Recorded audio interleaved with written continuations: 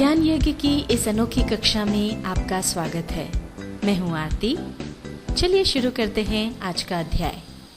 Tally ERP 9 के इस अध्याय में हम सीखेंगे maintain bill wise details option का उपयोग करना और कस्टमर तथा सप्लायर की आउटस्टैंडिंग रिपोर्ट देखना।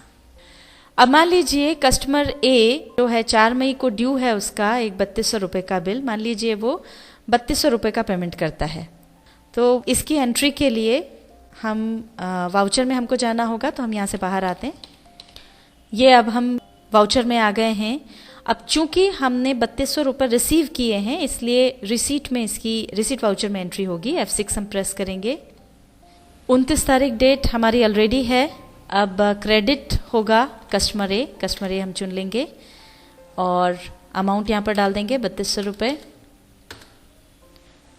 अब यहाँ पर bill wise details for customer A में मेथड ऑफ एडजस्टमेंट आता है, जिसमें से हम न्यू रेफरेंस आपको बता चुके थे कि जब भी कोई नया बिल लेंगे तो न्यू रेफरेंस आएगा। अगर एडवांस में पेमेंट किया जा रहा है या लिया जा रहा है तो वो एडवांस में जाएगा। अगर किसी बिल के अगेंस्ट हम पेमेंट कर रहे हैं या पेमेंट रिसीव कर रहे हैं तो वो अगेंस्ट रेफरेंस जाएगा। और अगर हमको पता नहीं है कि किस बिल के अगेंस्ट पेमेंट लिया जा रहा है या दिया जा रहा है तो उसको हम ऑन अकाउंट में डाल देंगे। अब यहाँ पर तो हमारा 3200 रुपये का बिल है जिसके अगेंस्ट ये पेमेंट हो रहा है, तो हम अगेंस्ट रेफरेंस को चुन लेंगे। अब यहाँ पर पेंडिंग बिल्स की यहाँ पर लिस्ट आ जाएगी। अब हमको 3200 में 2 बिल्स नजर आ रहे हैं, 5 अप्रैल का और 9 अप्रैल का। तो कौन से बिल के अगेंस्ट ये पेमेंट जाएगा ये अगर देखना है, उसकी ड्यू डेट अगर हमको देखनी है तो यहीं हम उसको सिलेक्ट करके एंटर प्रेस करेंगे तो उसकी ड्यू डेट हमको पता चल जाएगी। ये देखिए, ये 5 मई इसकी ड्यू डेट है।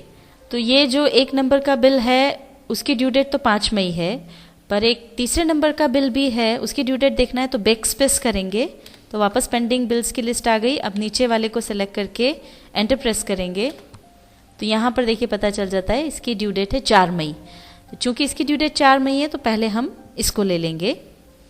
और यहाँ पर देखिए ये ऊपर जो डेट आपको नजर आ रही है, ये यहाँ पर जिस दिन आप एंट्री कर रहे हैं उस दिन की डेट आपको यहाँ पर नजर आएगी। एंटर प्रेस करेंगे, ये यहाँ पर डेबिट कैश हो गया। नरेशन हम लिख देंगे कैश रिसीव्ड, एक्सेप्ट कर लेंगे। इस तरह से कस्टमर ए ने एक बिल का पेमेंट हमको कर दिया है। अब हम देखते हैं आउटस्टैंडिंग रिपोर्ट। इसके लिए एस्केप की दबा करके यहाँ से बाहर आएंगे और अब हम जाएंगे डिस्प्ले में। डिस्प्ले मेन्यू में हम जाएंगे स्टेटमेंट्स ऑफ अकाउंट्स पर।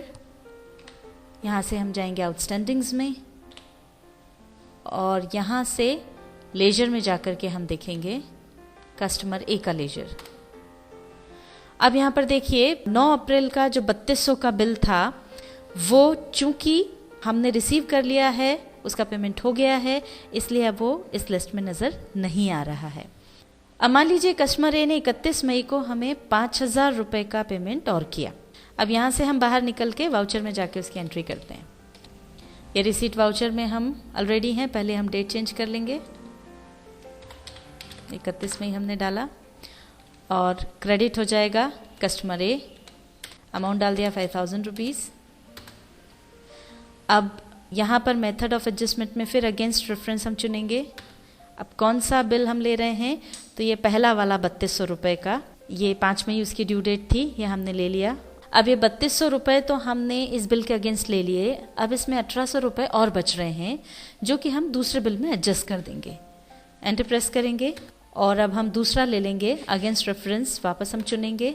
अब ये हमारा एक बिल 4800 रुपये का एक पेमेंट बचता है, तो इसमें हम इसको एडजस्ट कर लेंगे। यहाँ पर कैश डेबिट हो गया, यहाँ पर हमने नरेशन लिख दिया कैश रिसीव्ड, एक्सेप्ट कर लेंगे। अब हम देखते हैं वापस से आउटस्टैंडिंग रिपोर्ट। डिस्प्ले में जाएंगे, यहाँ पर स्टेटमेंट्स ऑफ अकाउंट्स में जाएंगे, आउटस्टैंडिंग्स में जाएंगे और इसके बाद लेजर में जाएंगे। कस्टमर ए का लेजर हम खोलेंगे।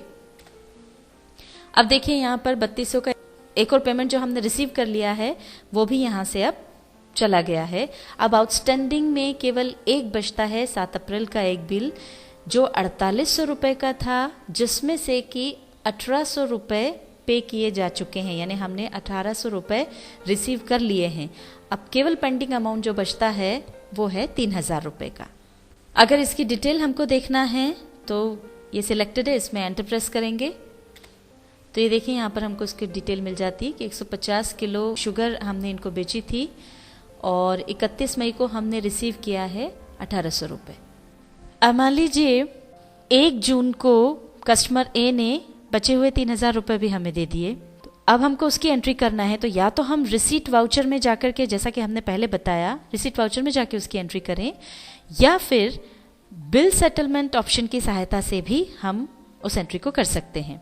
अब इसमें एक बात और आपको बता दें कि हमारे पास चूंकि एक ही बिल है जो हमको सेटल करना है तो ये डायरेक्ट हो जाएगा, पर अगर 3-4 बिल्स होते हैं तो जिस बिल का सेटलमेंट करना हो वो सिलेक्ट करना होता है।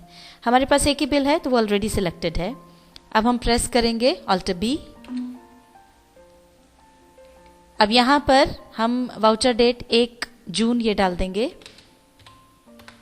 अकाउंट में चूंकि ये पेमेंट जो हमने रिसीव किया है वो कैश रिसीव किया है तो हम कैश अकाउंट चुन लेंगे। नरेशन हम यहाँ लिख देंगे कैश रिसीव्ड, एंटर प्रेस करेंगे, एक्सेप्ट कर लेंगे। अब ये देखिए सीधे हम वहां से रिसीट वाउचर में आ गए हैं।